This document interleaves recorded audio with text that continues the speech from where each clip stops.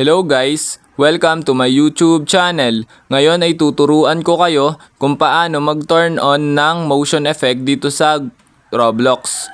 Una, i-click lang ang ating Roblox app. Then, ayan, wait lang natin siya mag-loading. Ayan. Then, kapag nandito na tayo sa ating Roblox, then pansinin nyo naman sa baba yung nakasulat na more, which is na ito siya sa baba, sa corner. Then, i-click nyo lang kapag nakita nyo na. Then, ayan, mapupunta na tayo dito kapag na-click nyo na yung more. Then, ang gagawin nyo lang kapag nandito na tayo is scroll up lang natin. Ayan, scroll up lang natin. Then, hanapin nyo lang dito yung settings. Ayan na, ito yung settings, nakita ko na. Then, kapag nakita nyo na yung settings, i-click nyo lang yan.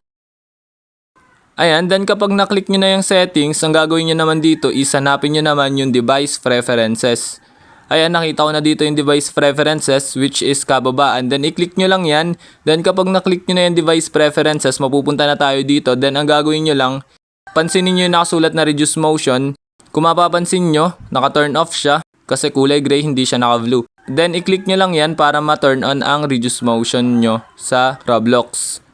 Ayan, kung mapapansin nyo, naka-turn on ha.